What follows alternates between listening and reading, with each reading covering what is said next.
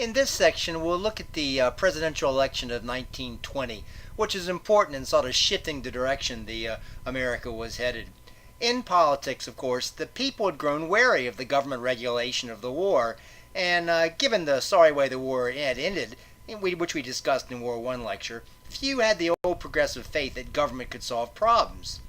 Wilson's Democratic Party nominated Ohio Governor James Cox, who was a moderate progressive.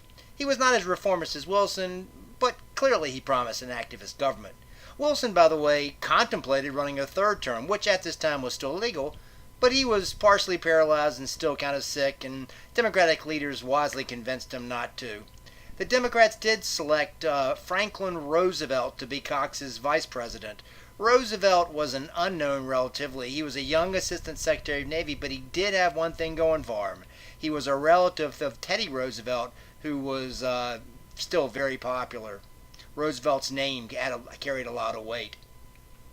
We see Cox and the Roosevelt ticket endorse the League of Nations, and when they did so, Wilson finally endorsed the ticket. The Republicans, meanwhile, in 1920, met behind closed doors to craft a strategy and select a candidate that their party could unite on. They were still worried about splitting their ticket as they'd done in 1912. To avoid a deadlocked convention, the Republicans settled on Ohio Senator Warren G. Harding. Born at the end of the Civil War, Harding had become the owner and editor of the Marion Star. That was a newspaper in Ohio. He had served 2 terms in the state senate and 1 term as Ohio's lieutenant governor, but had run unsuccessfully Ohio's governorship before his election to the Senate. Harding wasn't particularly intelligent. He was just an average guy and didn't really believe himself up to the presidency. His averageness, his appearance as a normal guy, however, worked to his advantage. People seemed tired of the progressive experts and intellectuals like Wilson with his academic pedigree. The political master behind Harding's rise was his aide and lieutenant, Harry Daugherty, who worked behind the scenes and during the convention to get Harding nominating. Daugherty, as will be seen later discussing Harding's presidency, would figure prominently. Another ambitious supporter of Harding's career was his wife, Florence King Harding, the daughter of a local Ohio banker. She constantly pushed him to work harder, to aspire for more, to accomplish more. Harding himself, however, just enjoyed having a good time.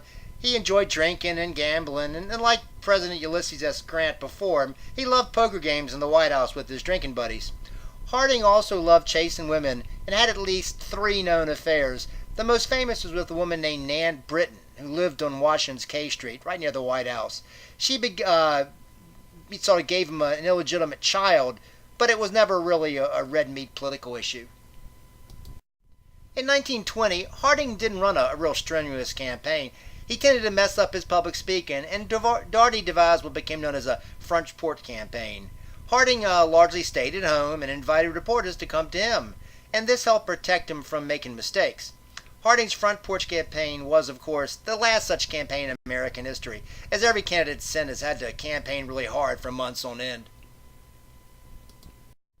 Pundits suggested that working in Harding's favor was his relative good looks and the fact that he came across as a talkable, friendly, fun guy.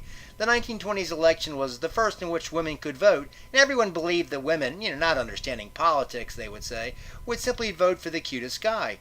In fact, the female vote split evenly just as the male vote did. In May 1920, as the campaign started to gear up, Harding gave a speech that the press quoted him as saying, quote, "America's present need is not heroics, but healing, not nostrums, but normalcy." Critics argued that the correct word was normality, and in fact the press changed it. In reality, both normalcy and normality were accepted.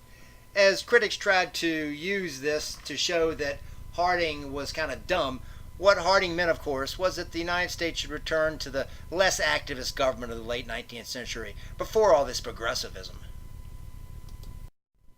In the end, Harding won 60% of the vote in the 1920 election. Like often with Republicans, Harding had more money. Harding had been able to also swing German and Irish voters to the Republican Party. They'd been traditionally Democratic, but they didn't like the World War I. Also, Republicans had had controlled the presidency for most of the previous half century, and people saw it as being stable. In addition, the Republicans won both houses of Congress. The Republicans had a majority in the Senate, as a matter of fact, from 1918 to 1932, and a majority in the House from 1918 to 1930. This concludes the election of Warren Harding in 1920.